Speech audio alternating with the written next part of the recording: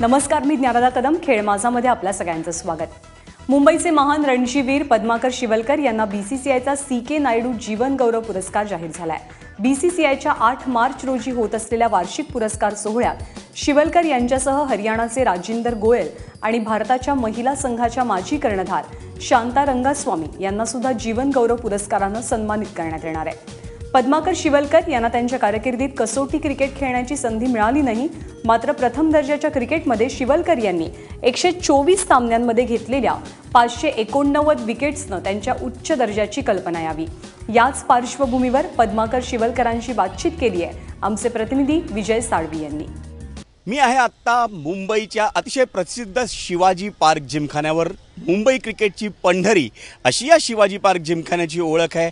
या शिवाजी पार्क जिमखान्याच्या रत्नांची नावं घ्यायची तर किती नावं घेता येतील याची गणतीच नाही. अजित वाडेकर, सुभाष गुप्ते, विजय मांजरेकर, आपला प्रवीण आमरे, संदीप पाटील, कितीतरी नावं आहे. आणि त्याच्यामध्येच एक रत्न असं आहे ज्याला कसोटी क्रिकेटचा दुर्दैवानं टिळा लागला नाही आणि ते नाव म्हणजे पद्माकर शिवलकर.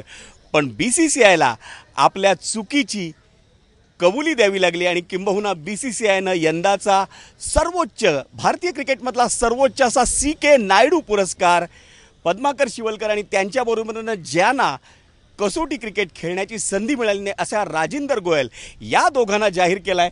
सर्वप्रथम सर, तुमचं अभिनंदन या पुरस्काराबद्दल.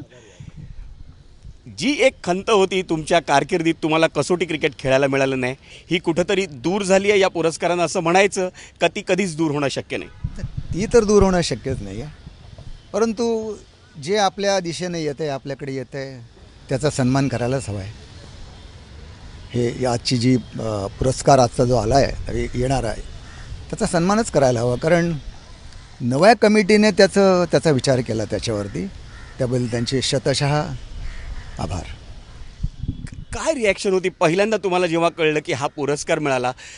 आजवर तुम्हाला बीसीसीआयकडनं की बाबा कसोटी क्रिकेटमध्ये तुमची निवड झाली असा फोन कधी आला नाही, पण हा फोन आला असेल किंवा हा निरोप पहिल्यांदा तुम्हाला मिळाला असेल आणि तुमच्या बरोबरीनं राजिंदर गोयल ज्यांनाही कधी कसोटी क्रिकेट संधी मिळाली नाही अशा दोघांना हा पुरस्कार मिळाल्याची बातमी पहिली केव्हा कळली आणि त्यावेळी पहिली रिॲक्शन काय होती? ती बातमी कळली मीडियाकडून. कारण मीडियांकडे ते ईमेल्स गेले होते. मला त्यांनीच सांगितलं आणि फोनवर बोलायला सुरुवात केली. पण अजून त्यांचं जे ऑफिशियल इन्व्हिटेशन किंवा आमंत्रण यायचं आहे अजून आलेलं नाही आहे. त्यात सर्व काही लिहिलेलं असेल ना, ते आता उघडून पाहिल्याशिवाय कळणार नाही काय आहे ते. पण पहिली रिॲक्शन काय होती जेव्हा मीडियाकडनं ही बातमी कळली तेव्हा? नाही, रिॲक्शन अशी काय नको बा मी अगदी हर्षोत्फुल्ल झालो वगैरे वगैरे असं काहीच नाही आहे, काहीच नव्हतं. ठीक आहे, आलं आहे. अशी ही एक क्रिकेटची गाथा कोणीतरी गायली आहे, म्हणजे बीसीसीआयने गायली आहे. चांगलं आहे. मला वाटतं तुमच्या आयुष्यात हा सगळ्यात जेवढे कटू अनुभव आले त्याच्यात हा गोड अनुभव, त्यामुळे तितक्याच एकदम निर्विकारपणे तुम्ही त्याला सामोरे जात आहे. पण हा चेंडू दैवगतीचा, मला वाटतं हे शांताराम नांदगावकरांनी लिहिलेलं गाणं आणि खास तुम्ही गायलं आहे, कारण क्रिकेट आणि संगीत कुठे जुळत असेल तर ते तुमच्याकडे. मला वाटतं हा चेंडू दैवगतीचा पुन्हा एकदा वेगळ्या ह्याने तुमच्यासमोर आला आहे. त्यानिमित्तानं 2 ओळी ऐकवाल? हो, नक्कीच. हा चेंडू दैवगतीचा फिरतसे असा उसळून, कोणाचे जीवन उधळी दे कुणास यश उजळून, हा चेंडू दैवगतीचा. वा, दैवगतीचा चेंडू. पण नेमका यावर्षी तरी या चेंडू योग्य ठिकाणी आलेला आहे, पुरस्काराचा मान मिळाला आहे. पण हा पुरस्काराचा मान जेव्हा घेताना गेल्या 76 वर्षाच्या आठवणी, कोणत्या आठवणी अशा अचानक जागृत झाल्या यावेळी? नाही, काही 1-2 माझे जे स्पेल्स पडले होते रणजी फायनल्समध्ये, रणजी क्वार्टर फायनल्समध्ये वगैरे असे, तेच की त्याचं ॲनालिसिस डोळ्यासमोर तरळतं. 8 for 16 आणि 8 for 19 असं होतं. त्यामुळे घडून गेलं ते. ह्याची मी असं म्हणेन की वर्षाने पाठवून दिलं माझ्याकडे ते आणि ते घडलं. मी पुन्हा प्रयत्न केला ती रिपीट करायचा नाही. नाही नाही, तुम्ही खूपच विनयाने बोलताय, पण आम्हाला आमच्या आधीच्या पिढीने सांगितलंय ती खास करून 1973 सालची फायनल, आणि त्या फायनलमध्ये मुंबई 151 धावात ऑल आऊट झाली होती. तामिळनाडू पहिल्या दिवस अखेर 2 बाद 62. दुसऱ्या दिवशी तुमचा पहिलाच चेंडू वळला आणि त्यानंतर काय घडलं तर तामिळनाडू सर्वबाद 80. तो इतिहास आहे. तो इतिहास घडला, पण तुम्ही घडवलात सर. पॅडी सर, त्याची आठवण काय? कारणीभूत मी होतो एवढं नक्की. कारण झालं काय, त्याची आठवण एक म्हणजे त्याचा पूर्वार्ध मला सांगाल त्या आठवणीचा आवडेल आठवणीपेक्षा, कारण आठवण सगळ्यात ती आहे. दुसऱ्या दिवशी ऑफ होता. ही फायनल अशी होती की पहिल्या दिवशी मॅच 5 दिवसाची फायनल, पण दुसऱ्या दिवशी ऑफ होता. एकनाथ सोलकर माझा पार्टनर. त्या दिवशी रात झोपलो, सकाळी उठलो, पण ब्रेकफास्टला जायला मन होत नव्हतं. ऑफ असतो ना, आम्ही कुठे भटकायला जाऊ काय करू माहिती नव्हतं मला. दोघंही असे पडलो होतो बिछाण्यावरती छताकडे बघत. एकनाथ म्हणतो, पॅडी उद्या काय होणार? पुन्हा थोड्या वेळाने एकनाथ, पॅडी उद्या काय होणार? पुन्हा तिसरा प्रश्न आला, पॅडी उद्या काय होणार?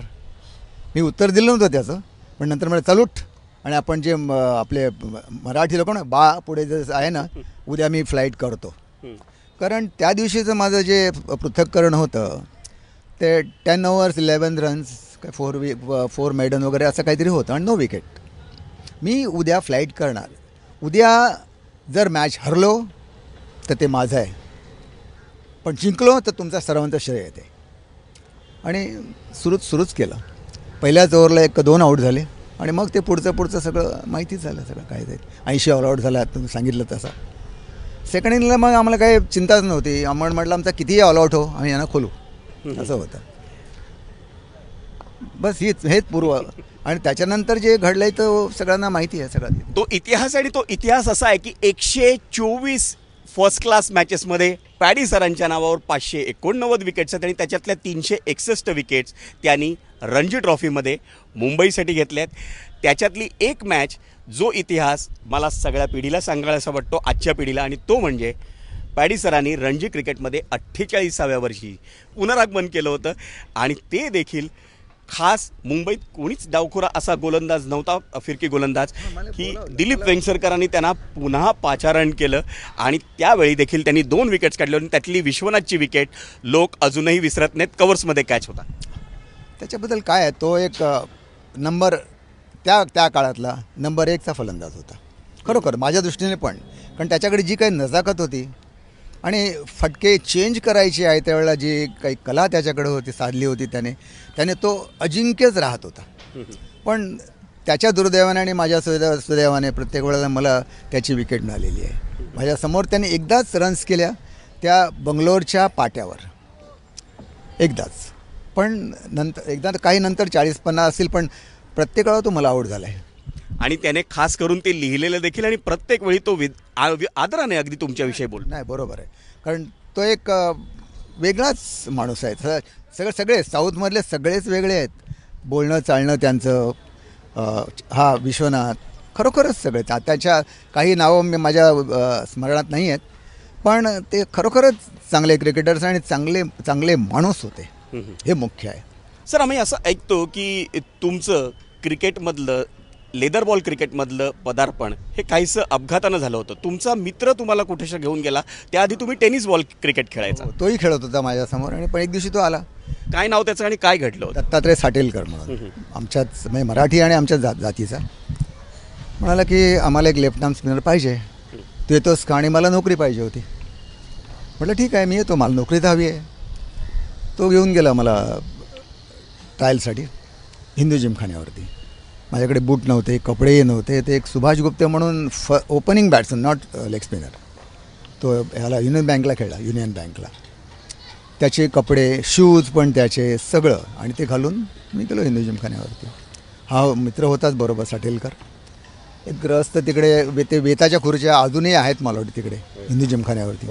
त्या खुर्चीवर बसून मागे पुढे डोलत समोर बघत होते. गेला, त्यांच्याकडे काहीतरी बोलला, ते उठले, आणि त्यांनी माझ्याकडे एक बॉल फेकला. पण तो बॉल पकडला आणि मी सटपडलो, कारण तो बॉल खूप जड होता. म्हटलं बापरे, ह्या बॉलनी बॉलिंग करायची आहे, कठीण आहे. आणि मग चालत होतो, मला काय माहिती नाही ग्रस्त कोण आहेत ते. त्याच्या कानात विचारलं, तू हे कोण रे ग्रस्त? तर म्हणला, कानातच बोलल्यासारखं बोलला, विनोमांकड. आणि मग जे होतं नव्हतं ते सगळं अवसान गेलं, थरथरायला लागलं, एवढं नक्की. कारण ते माझ्या काकांचे देव होते क्रिकेटमधले. त्यांनी मला केव्हा केव्हा लहान असताना 5-6 वर्षाचा असताना माझ्या हातात चण्याची पोळी, हे बघा कसा विनू साहेबांनी शॉट खेळला आहे, कशी बॉलिंग केली आहे बघा, कशी बॉलिंग करतायत, कशी आऊट करतायत बघा, त्यांची कॉमेडी चालू असायची. आणि मी फक्त माझ्या हातातल्या पोळीतले चणे खायचो, कारण मला त्यातलं काही गम्यच नव्हतं. एनिवे, तर तिथे ते पुढे चालत आहेत. गेलो आम्ही विकेटवरती. नेट्स लावलेली होती पण प्रॅक्टिस सुरू झाली नव्हती. एका नेटमध्ये त्यांनी मला उभं केलं, स्वतः मागे जाऊन उभे राहिले आणि म्हणाले चला. आणि ते थडथड नव्हतं पोटातलं, त्या भूकंप झाला तिकडे. आणि पहिलाच बॉल टाकला ना, तो कुठेतरी खट्ट आवाज झाला, मला कळलं नाही कुठे ते. मला दुसरा टाकला, पुन्हा खट्ट, 2 आवाज झाल्याबरोबर तो माझा मित्र काय बोलला माहिती का, ये माय टिंब टिंब स्टंपात टाक. तर तेव्हा कळलं की मी बॉल स्टंप, ते आवाज स्टंपचे नव्हते, बांबूंचे. दोन बॉल 2 बॉम्बवर आपटले, एकही बॉल स्टंपात गेला नाही, म्हणून तो चिडला आणि असं बोलला. पण मी तिसरा बॉल टाकायला वळायच्या आधी पाठीवर थाप पडली. त्याने पहिला प्रश्न विचारला, नोकरी करेल काय? मला नोकरीच हवी होती, फक्त मान हल्ली. दुसऱ्या दिवसापासून ब्रॅडबरी मिल्समध्ये नोकरी सुरू झाली.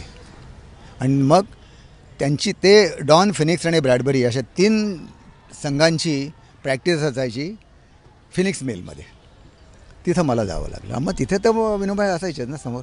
पहिल्या दिवशीच मला त्यांनी सांगितलं की शिवलकर, तुम्ही तुमची बॉलिंग करा, माझी कॉपी करू नका, डुबेल तुम्ही डुबेल.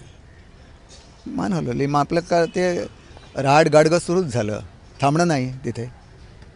हातात बॉल घेतला की नेट संपेपर्यंत बॉल चालू, असं होतं. तेव्हा रुईया स्पोर्ट्स क्लब पुरुषोत्तम शेठ खेळायचे, रुईया स्पोर्ट्स क्लब. आणि त्यावेळेला फायनल होती Dadar cricketers versus Ruia sports. Ruia स्पोर्ट्सला चांगली टीम होती. आणि ती मॅच, त्या फायनलला मला टीममध्ये म्हणजे 15मध्ये घेतला त्यांनी. आणि नाही खेळवलं मला त्यांनी शेवटी. आणि तिथं संधी दिली. आणि तिथं मी जेव्हा बॉलिंगला आलो, त्यांनी फर्स्ट चेंज त्यांनी केली नाही, बॉलिंग विनोबाईंनी नाही केली. बॉल माझ्या हातात फेकला. आणि मग समोर मांजरेकर आणि मंत्री, त्या दिग्गजांसमोर बॉलिंग करताना थरथर थोडीशी वाटली पोटात हाता अंगाला नाही, पण चेंडू हल्ला नाही. ऑफ स्टंपवरून चेंडू हल्ला नाही दोघांच्याही. त्यामुळे ते दोघेच जास्त जरा इम्प्रेसिव्ह झाल्यासारखे वाटले. आणि मंत्रीने विचारलं, काय रे तुझं नाव काय? मी नाव सांगितलं, पद्माकर काशीनाथ शिवलकर म्हणून. ए विजय इकडे, हा बघ तुझा भंडारी. नमस्कार. हा बघ तुझा भंडारी. काय रे भंडारी तू? म्हटलं कुठे खेळतोस? कांगालीत. तेव्हा मी ते फ्रेंड स्पोर्ट्स क्लब डी डिव्हिजनला, मी आणि विशू बोंद्रे, तेव्हा मला तिथे भेटला, खेळलो होतो. कांगाली एक जिमखान्याला खेळायची, पुढे सगळं जिमखान्याला खेळायचं. मी लाईफ मेंबर होतो, मला मेनननी लाईफ मेंबर करून घेतला होता. हो, आम्हाला तोही किस्सा माहिती आहे की तुमच्याकडे शिवाजी पार्क जिमखाना, आज तिकडे तुम्ही तिकडच्या अकॅडमीचे कोच आहात. शिवाजी पार्क जिमखान्यासाठी कांगालीत गाजवलीत, पण शिवाजी पार्क जिमखान्याची मेंबरशिप घ्यायला तुमच्या खिशात पैसे नव्हते. काय होता तो किस्सा? किस्सा असं नाही, मेनन म्हणाले तरी आमचा लाईफ मेंबर होतो, तुला मी लाईफ मेंबर करतो. मला समजा ना मग किती द्यायचे पैसे. काय घाबरू नको, 200 रुपये भरायचे. 200 रुपये तरी कुठे होते, पगार 140 रुपये पगार होता मिलमध्ये. पण त्यांनी काय हरकत नाही, महिन्याला भर. वर्षभरात त्यांनी वसूल करून घेतले माझ्याकडून ते, 1-1.5 वर्षात काहीतरी असं झालं. असा मी मेंबर झालो. विनू मंकडचं सान्निध्य तुम्हाला आधीच ब्रॅडबरी मिल्समध्ये मिळालं. काय दिलं तुम्हाला शिवाजी पार्क जिमखान्याने आणि त्याच्यानंतर मुंबईच्या रणजी संघानं? नाही, मला मोठं क्रिकेट दिलं. मोठ्या क्रिकेटमध्ये कशी गोलंदाजी करायला हवी, त्यांना कसं साचपायला हवं आहे, त्यांच्या चुका कशा हुडकायला हव्या आहेत, काय करायला ते त्यांनी न सांगता पण म्हणजे सगळं न सांगता, जर चुकलं ना, काय करतोस, बॉलिंग कर, चांगली बॉलिंग कर, एवढा. तेव्हा काही त्या काळात कोचिंग वगैरे काही नव्हतं ना, तर चांगली कर, त्याच्यामागे पुष्कळ काय सांगायचं असायचं ते आपण विचार करायचा त्याच्यावरती. तर मी स्वतःशीच बोलायचं सगळं, म्हणजे की हे का सांगितलं असं, माझं काय झालं, ती मी त्याच्यावर मला ती सवय लागली. नंतर मग मी बॉलिंग करून झाली, मॅच संपली, मी घरी आलो की मग बसले असताना किंवा पडलेलं असताना डोळ्यापुरं सगळं यायचं. जर त्या मॅचमध्ये माझी बॉलिंग चांगली झाली नसेल तर हे का झालं नाही चांगलं. तेव्हा काय व्हिडिओ नव्हता, त्यामुळे रेकॉर्डेड काही बघायलाच मिळत नव्हतं, म्हणजे शक्यच नव्हतं ते. तर हे पण तुमच्या डोळ्यासमोर ते असायचं, मनात असायचं ना, ते सगळं डोळ्यासमोर यायचं. आणि मग तेव्हा कळायचं नाही मी असा चेंडू तिथे टाकला, त्यात फरक होता, त्यात मला फरक करायला पाहिजे आणि तो पुन्हा तसाच टाकायचा आहे. त्यामुळे त्या दृष्टीने मग नेटमध्ये प्रॅक्टिस करायला लागलो तशी. असं झालं सगळं, काय नाही. थोडक्यात तुम्हाला प्रॅक्टिकली कोणी असा गुरु मिळाला नाही का? म्हणजे विनू मंकडांना तुम्ही पाहिलं किंवा बाकीच्यांना तुम्ही पाहिलं असाल, पण प्रॅक्टिकली की पद्माकर की अशा पद्धतीने गोलंदाजी करायला पाहिजे असा तुम्ही कुठेही शिक्षण नाही घेतलं? कुठे नाहीच, पण ना तेव्हा नव्हतंच. 1962, 63, 64, 65 अगदी 70पर्यंत पण शिक्षण नव्हतं. तिथं सिनियर लोकांचे डोळे मोठे व्हायचे बघितलं की, कारण त्यांना बोलण्याचं धैर्य नव्हतं, विचारण्याचं धैर्य नव्हतं, बाबा कशी बॉलिंग केली मी. नाही, एकदा एका मॅचला तो मेल्ली इराणी मला मारत होता, डाव राहतो तुम्हाला सगळ्यांना माहिती आहे मुंबईचा. आणि मला असं वाटलं की मी थोडा वेळ थांबावं, मला स्वतःला वाटलं. म्हणून मांजरेकरच कॅप्टन आमची पारसी जिमखान्यावरती. म्हटलं टॅट, मी पण टॅट म्हणायचं, सगळं म्हणायचं. म्हणून मला थोडा 1-2 ओव्हर थांबवा ना. का काय करायचं तुला? थोडंसं थांबायचं आहे मला, कारण तो मारतोय खूप. चांगली बॉलिंग कर, बापाला टिंब शिकवायला जाऊ नकोस, टिंब असं. तर असं होतं सगळं, असं शिक्षण होतं. मग त्यात आपणच शोधून काढायचं. नाही, चुकलं हे नक्की माझं, त्यामुळे मला बॉलिंग करता आली नाही, तर मला चांगली बॉलिंग करायला यावी म्हणून हे असे सगळे संदेश आहेत, ते मला घ्यायला हवेत. म्हणजे तुम्ही त्या जमान्यातले एकलव्य होतात आणि तुम्ही तुमच्याच प्रयत्नांनी तुम्ही जे काही यश मिळालं ते तुम्ही यात. आणि आमच्या क्रिकेट रसिकांची देखील तुम्हाला मागणी राहील की याच्या पुढच्या काळात तुम्ही आत्मचरित्र लिहिणं खरंच मनावर घ्या, कारण त्याच्याने पुढच्या पिढीला खूप मिळणार आहे. पण जाता जाता मला वाटतं तुमचं क्रिकेटचं आणि संगीताचं जे नातं आहे ते मला वाटतं तुमच्या जीवनाचं जे तत्त्वज्ञान आहे ते कदाचित तुम्ही साहिर लुधियानवीच्या शब्दात सांगायला मला वाटतं जास्त उत्सुक असता. ते सांगा आणि त्याच नोटवर आपण या मुलाखतीचा शेवट करूया. जो मिल गया उसी को मुकद्दर समझ लिया, जो मिल गया उसी को मुकद्दर समझ लिया, मुकद्दर समझ लिया, मुकद्दर समझ लिया. जो खो गया मैं उसको भुलाता चला गया, जो खो गया मैं उसको भुलाता चला गया, हर फिक्र को धुएं में उड़ा. एवढं सांगायला शेवटी की मी सिगरेट ओढत नाही, पण धुवा कसा सोडत त्याला, धुवे उडू शकत नाही. नक्कीच धन्यवाद ABP माझ्याशी बातचीत केल्याबद्दल. तर हे आहेत पद्माकर शिवलकर, ज्यांना BCCIनं सर्वोच्च असा CK नायडू पुरस्कार देऊन गौरवण्याचा निर्णय जाहीर केला आहे. कॅमेरा पर्सन मनोज जयस्वालसह विजय साळवी, ABP माझा.